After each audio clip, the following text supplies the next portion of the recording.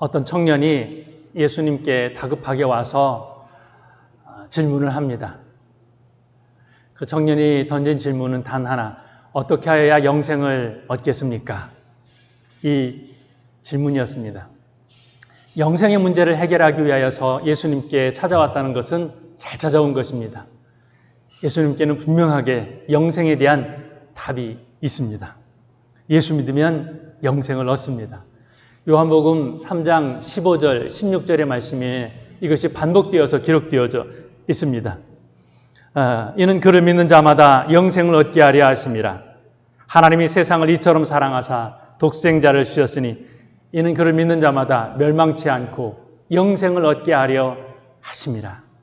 분명하게 예수님을 믿으면 영생을 얻는다고 말씀을 하고 있습니다. 그런가 하면 요한복음 11장 25절에 예수님께서 말씀하십니다. 예수께서 이르시되 나는 부활이요 생명이니 나를 믿는 자는 죽어도 살겠고 무릇 살아서 나를 믿는 자는 영원히 죽지 아니하리니 이것을 네가 믿느냐. 이 청년이 지금 영생의 문제를 해결하기 위해서 예수님을 찾아왔다면 잘 찾아온 것입니다. 이 청년이 여태까지 궁금해하고 고민하고 있던 이 문제를 예수님께서 확실하게 해결해 주실 수 있기 때문에 그렇습니다. 저와 여러분은 이미 이 청년이 고민하는 문제, 영생의 문제에 대한 답을 얻은 줄로 믿습니다. 저와 여러분은 이 땅에서 하나님의 말씀을 예수님으로 말미암아서 구원을 얻고 또 죽음 이후에도 우리가 어디로 갈지 두려워하지 않고 영원한 삶이 주어진 줄로 믿습니다. 이 땅에서 예수 믿으면서 신앙생활하면서 의심하지 않고 확실하게 주님의 길을 따라가시기를 주님의 이름으로 축복합니다. 자, 그런데 오늘 이 말씀의 주인공은 영생의 문제를 해결하는 데 실패하고 맙니다. 자, 결과가 이렇게 나옵니다. 마가복음 10장 22절 말씀입니다. 슬픈 기색을 띠고 근심하며 가니라. 예수님께서 영생의 문제를 해결하실 해결자이십니다. 이 청년은 영생의 문제를 해결받기 위해서 왔습니다. 답이 있고 문제가 있습니다. 그런데 결과는 이렇게 좋지 않습니다. 슬픈 기색을 하고 돌아갔다. 근심하며 돌아갔다. 왜 이렇게 되었을까요? 희망을 걸고 예수님께 찾아왔다가 절망을 가지고 떠났습니다. 도대체 무슨 일이 있었던 것일까요? 이 청년의 배경을 한번 살펴보도록 하겠습니다. 마태복음, 마가복음, 누가복음 전체를 통화해서 이 청년은 누구일까 살펴보니까 이 사람은 존경받는 위치에 있었던 사람이었고 재정적으로도 부족함이 없는 넉넉한 사람이었습니다. 또한 이 재물에 있어서도 불의한 방법으로 재물을 취득한 사람이 아니었고 존경받는 위치에 있으면서 정당한 방법으로 부를 획득한 그런 사람이었습니다. 이 사람은 젊고 건강한 사람이었습니다. 우리가 부러워하고 있는 그 모든 요소들을 다 가지고 있는 사람이 바로 이 사람이었습니다. 아직 젊죠. 건강하죠. 재물이 있죠. 명예도 가지고 있죠.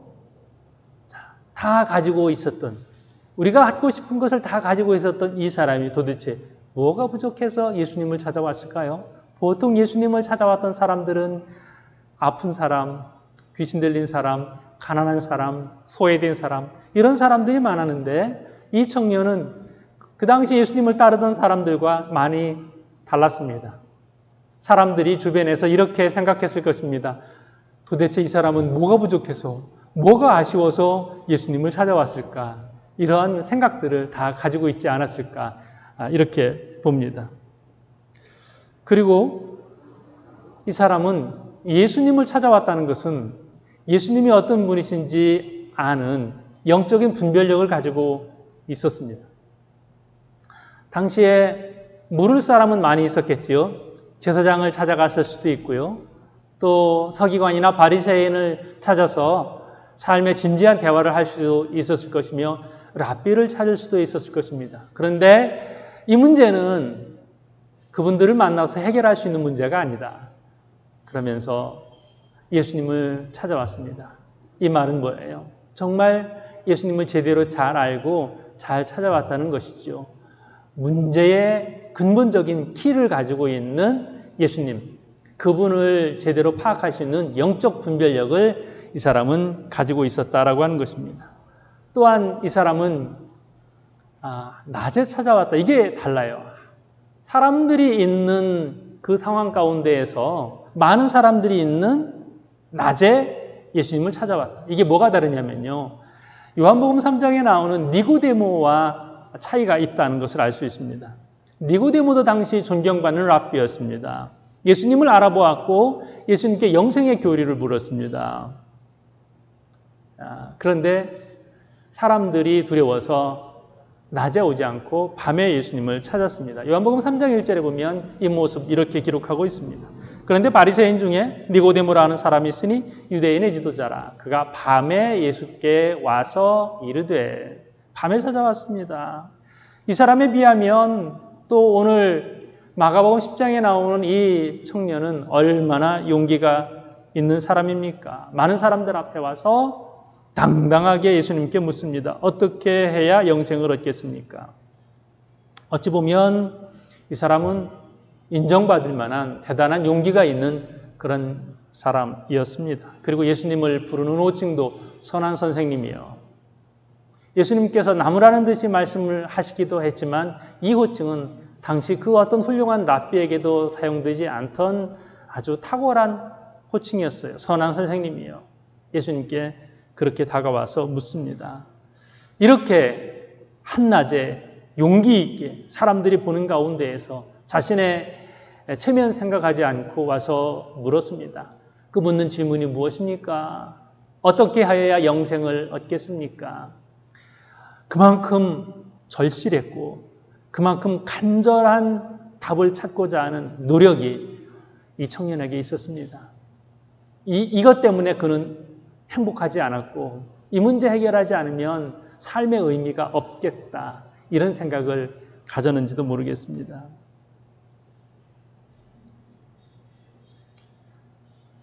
여기에서 말하는 영생은 죽은 뒤에 천국 가는 문제만이 아닙니다. 이 땅에서 어떻게 살아야 하는지, 어떻게 행복해야 되는지, 어떻게 하나님의 은혜를 누려야 되는지에 대한 전체를 아우르는 평안을 담고 있습니다. 그래서 성경적 의미는요, 행복과 만족과 하나님과 함께하는 평안, 이것이 영생이었습니다. 영생에 관심을 가지면 이 사람은 지금 그럭저럭 잘 사는 것에 만족하지 못했다는 것이죠. 앞날을 생각할 수 있는, 미래를 생각할 수 있는 그러한 생각을 가지고 있었다는 의미도 포함이 됩니다. 여러분은 정말로 이 땅을 살면서 소중한 것이 무엇인지 아시고 계십니까? 이 땅을 살아가면서 정말 내가 이것만큼은 소중하다라는 것을 잘 알고 계십니까? 우리는 이 땅에 살면서 영생에 대한 확신을 갖고 죽은 뒤에 천국 갈 줄로 분명히 믿습니다. 그렇지만 이 땅에 살면서도 잘 살아야 합니다. 잘 살아야 하고 잘 죽어야 합니다. 이게 얼마나 중요한지 모릅니다. 그런데 현대인들은 바쁘기는 하지만 어떻게 살아야 되는지도 모르고 어떻게 죽어야 되는지도 모르는 것 같습니다. 요즘 들어 사람들이 관심을 가지고 있는 것이 well dying입니다. 잘 죽어야 된다는 것이죠. 이전에는 well-being에 대해서만 관심을 가졌습니다. 어떻게 건강한 음식을 먹어야 되는지, 또 어떻게 또 몸에 해로운 음식들을 멀리해야 되는지, 고기를 먹지 않고 또 야채 위주로, 채소 위주로 그렇게 먹어야 되는지에 대한 관심이 많았었는데 요즘은 점점 더 well-dying에 관심을 많이 사람들이 갖습니다. 그러면서 떠오르는 것이 죽음학이에요. 죽음을 다루는 학문들이 많아지고 있습니다. 이런 책이 있습니다. 제가 최근에 읽은 책 가운데 어떻게 죽을 것인가, 아마존에서 베스트셀러 1위를 했던 책입니다. 아툴 가완디라고 하는 원래는 인도 사람인데 지금 미국 국적이고요. 부모가 인도 출신이고 또 의사예요. 부모님이 의사입니다. 본인이 스탠포드에서 의학을 전문을 하고 또 하버드에서 의과대학에서 박사학위를 받았습니다. 굉장히 영향력 있는 인물입니다. 타임지가 선정한 세계에서 가장 영향력 있는 사상가 100명 안에도 들어갔고요. 특별히 의사인데 바른 철학을 가지고 있어요. 제대로 된 의사예요. 이 책을 이렇게 쭉 읽으면 와, 이 사람 참 멋있다. 멋있는 의사. 이런 생각을 갖게 하는 분입니다. 의사로서 보통은 이제 의료계 쪽에 있는 분들이 노인성 질환이나 죽음 쪽에는 관심을 많이 안 갖는다고 그래요. 왜냐하면 돈이 안 되니까. 보험회사에서도 좋아하지 않고 그쪽에는 사람 의미 점점 줄어들어 가고 있습니다. 그러면서 이분이 의사의 시각으로 사람이 나이 들면 어떻게 변해가는지, 기관 하나하나에 대해서 얘기하고요. 피부 하나하나가 어떻게 죽어가는지, 변해가는지, 약해져가는지 다 자세하게 기술을 합니다. 그러면서 어느 방향으로 나아가냐면 품위 있게 죽는 법, 품위 있게 마지막을 맞이하는 법에 대해서 많은 이야기를 합니다. 의과대학에서 정말 많은 것을 배웠는데 죽음에 대해서는 별로 배운 것이 없다, 이렇게 말합니다. 죽음의 과정, 마지막 순간 어떻게 맞이해야 되는지 이런 얘기를 하지 않습니다. 인도와 또 미국을 또 비교하고 예전과 요즘을 비교합니다. 인도에서는 노인들이 가족들이 다 지켜보는 가운데에서 그렇게 죽음을 맞이했는데 요즘은 어떻게 해요? 요양원이나 또 병원 중환자실에서 아무도 없는 가운데에서 죽음을 맞이하는 사람들이 그렇게 많다라고 하는 것입니다. 마지막 순간을 어떻게 맞이해야 될 것인가? 삶에는 끝이 있다는 것을 받아들일 용기가 필요한데 대부분의 사람들이 언제 죽을지 마지막 자기의 질병으로 인하여서 마지막 시간을 알매도 불구하고 죽음을 준비하지 못하는 사람들이 너무 많이 있다는 것을 이야기합니다. 죽음을 잘 받아들일 용기, 또 죽음을 어떻게 잘 다루어야 하는가, 이것이 인생의 성공에 있어서 중요하다는 얘기를 합니다. 현대의 잘못된 의료 체계 때문에 현대인들은 잘 죽지 못한다, 이런 아쉬움의 이야기를 합니다. 자기의 시간이 정해져 있다는 것이 얼마나 큰 축복인가, 죽음을 준비하는 것이 얼마나 큰 축복인가 이야기하면서 라자로프라고 하는 환자에 대해서 얘기를 합니다. 이 환자는 아내가 죽는 모습을 지켜봤습니다. 중환자실에서 산소호흡기를 통해서 억지로 숨을 쉬다가 죽어가는 아내를 보면서 나는 저렇게 죽지 말아야 되겠다. 나의 죽음은 인공적으로 그렇게 해봐야, 생명을 연장시켜봐야 소용이 없다는 것을 지켜본 거죠. 아내를 통해서. 나는 저렇게 죽지 말아야지. 그런데 이분이 정작 죽을 때는 자식들에게 호통을 치더라는 것이죠. 해볼 만큼 다 해봤냐고, 더 해보라고 마지막 그렇게 초라하게 움켜쥐면서 생명을 연장시키는 모습을 보면서 저분도 잘 준비된 것이 아니다 라는 시각을 갖습니다. 젊었을 때는 분명히 나이 들어서 멋있게 죽을 것이다 라고 하지만 정작 세상을 떠날 때는 품위 있게 죽는 사람이 많지 않더라. 그래서 죽음 준비학? 이렇게도 볼 수 있겠습니까? 어떻게 죽을 것인가. 그 죽음에 대한 준비는 유산 문제만이 아니겠죠. 질병의 문제만은 아닐 것인데 정말 우리가 정리하면서 죽어 간다면 많은 것이 살아있을 때 준비되어야 한다는 이야기를 책에서 하고 있습니다. 이 책을 읽으면서 그리스도인들은 얼마나 죽음이 잘 준비된 사람이에요. 얼마나 멋있게 살고 멋있게 죽을 수 있는 이 철학이, 이 진리가 예수 안에 있습니다. 내가 길이요 진리요 생명이다. 내가 부활이다. 주님께서 분명하게 말씀을 하셔서 주님께 길이 있습니다. 그래서 주님을 통하여서 우리는 길을 열어가는 것입니다. 자, 이 청년이 실패했습니다. 왜 실패했냐면요, 질문부터 잘못되어서 그래요. 내가 어떻게 해야만 영생을 얻습니까? 이 질문은 행동에 초점을 맞춰 있습니다. doing에 초점이 맞춰져 있어요. 사람은 어떤 존재가 되어야 하느냐, 여기에 초점을 맞춰야 되거든요. 그런데 이 청년은 거기에서 실패하고 있습니다. 마치 율법을 지켜서, 하나 지켜서 영생을 얻는 것처럼 생각했습니다. 아마 평생을 율법을 잘 지키면서 애를 쓰면서 살았을 것입니다.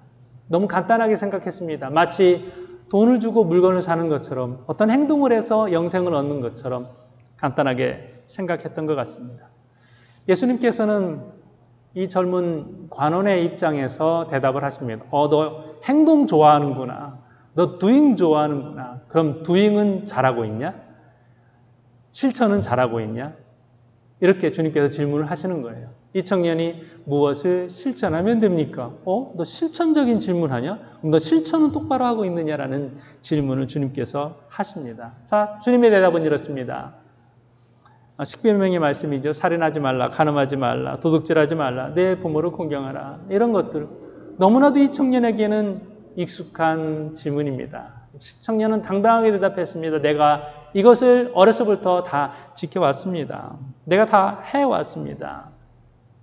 이 대답도 주님이 보실 땐 참 교만한 대답이었을 텐데 주님께서 그냥 받아들이십니다. 그렇게 생각하냐? 다음 주님의 말씀은 아주 뜻깊습니다. 아직도 한 가지 부족한 것이 있다. 한 가지 부족한 것이 있다. 하나를 더 해야 된다는 말씀이 아니에요. another가 아니에요. the one이에요. one. only one이에요. 여기서 주님께서 말씀하시는 것은 꼭 한 가지, 유일한 것 한 가지. 너는 꼭 이것을 해야만 영생을 얻는다. 유일한 말씀을 주님께서 하셨습니다. 부유한 관원이었다는 것이 그에게 영생을 얻는데 아주 중요한 걸림돌이 되었습니다.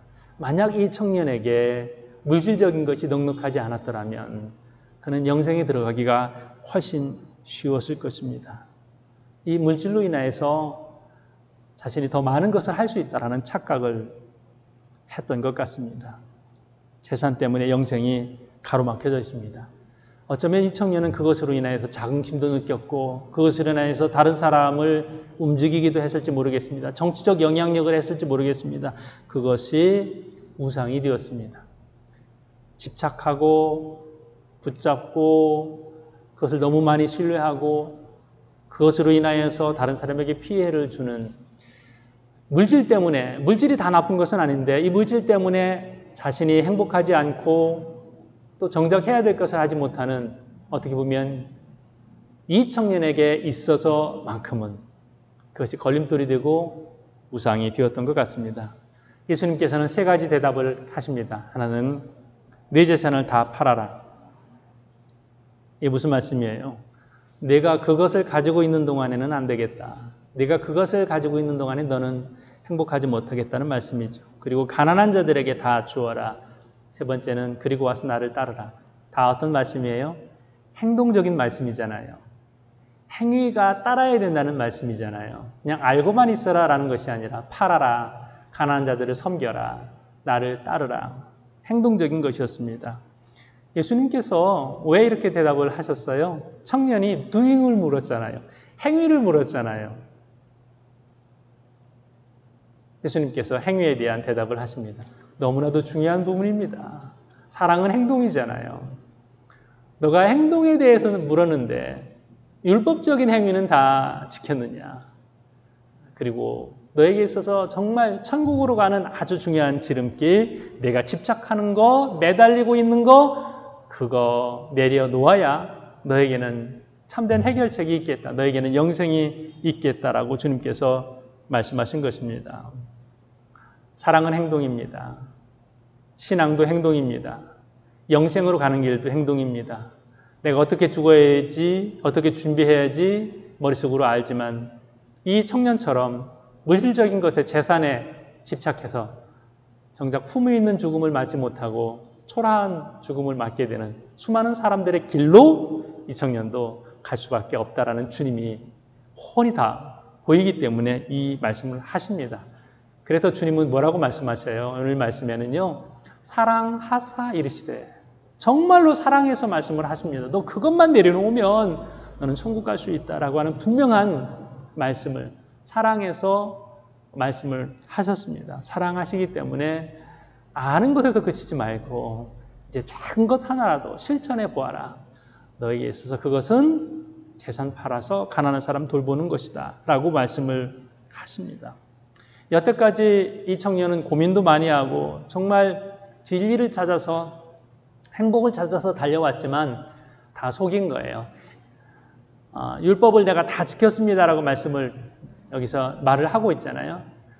지킨 것처럼 착각하는 거예요. 스스로 거짓말한 거예요.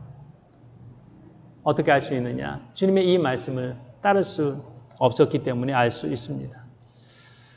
이제 이 청년이 만일 예 주님, 제가 팔고 가난한 사람을 돕고 주님을 따르겠습니다 했으면 이 청년에게는 놀라운 역사가 있었을 것입니다. 기독교 역사에서 새로운 한 획을 긋는 그러한 인물이, 성경에서 존경받는 인물이 되었을지 모르겠습니다. 자, 여기에 견줄 수 있는 사람이 누구냐면 삭개오죠. 삭개오도 돈이 중요했던 사람이었어요. 그런데 예수님을 만나고 나니까 돈이 중요하지 않았습니다. 삭개오가 고백합니다. 내가 가진 것을 다 팔아 가난한 사람들을 위해서 쓰겠습니다. 누가복음 19장 8절에 삭개오의 고백입니다. 삭개오가 서서 주께 여짜오되 주여 보시옵소서 내 소유의 절반을 가난한 자들에게 주겠사오며 삭개오는 행동하는 신앙인이 된 것입니다. 그런데 오늘 부자 청년은 행동하는 청년이 되지 못했습니다. 정말로 내가 영생이 필요한가? 정말로 내가 하나님 중심으로 기쁘게 살아가길 원하는가? 라고 하는 고민에서 자신이 움켜쥔 것, 욕심, 그것을 끝까지 내려놓지 못했던 것입니다. 내가 가진 것을 팔아 가난한 자들에게 주라라고 하는 것은 예수님께서 이 청년에게 요구하시는 것이 있습니다. 물질을 통하여서 가난한 사람들과의 관계를 개선하라는 거예요. 내 물질은 내 것이 아니라 내 이웃의 것이다. 내 이웃을 돕기 위한 것이다. 너는 그저 청지기이다 라는 생각을 분명히 하도록 말씀을 하셨습니다. 만일 그 청년이 행동을 했으면 놀라운 것을 깨달았을 것입니다. 이전에 알지 못했던 돈은 이렇게 쓰는 거구나. 내가 가진 것은 이것을 위한 것이었구나. 행동을 하면서 그는 천상의 세계를 경험했을 것입니다. 그런데 그는 따르지 않고 우울하게 돌아가게 되었습니다. 실천해본 사람만이 압니다. 착하게 살아야 합니다. 말로 막 하는 사람은요, 정말로 착하게 살기 위해서 애써본 사람과 다릅니다. 그것을 위해서 내가 정말 이렇게 살면 안 되지 애써본 사람은 말로 이 사람 저 사람에게 사람 그렇게 살면 안 돼 라고 쉽게 말 못합니다. 정말 이 청년이 율법을 지켜보려고 노력을 했다면 이렇게 간단하게 제가 다 지켰습니다. 다 했습니다 라고 말 못했을 것입니다. 주님, 율법 하나 지키는 것이 얼마나 힘든지 모르겠습니다. 이렇게 말했어야 옳습니다. 자, 이 말씀을 통하여서 이 청년이 주님의 말씀을 실천하지 않았다는 것을 통하여서 우리가 무엇을 알 수 있냐면 이 청년은 말씀을 실천해 본 사람이 아니에요. 착각하는 거예요. 내가 율법을 안다라고 하는 것이 율법을 실천한 것처럼 착각한 거예요. 거짓말하지 말라고 그랬는데 내가 진실하게 거짓말 안 하는 사람으로 착각했던 것입니다.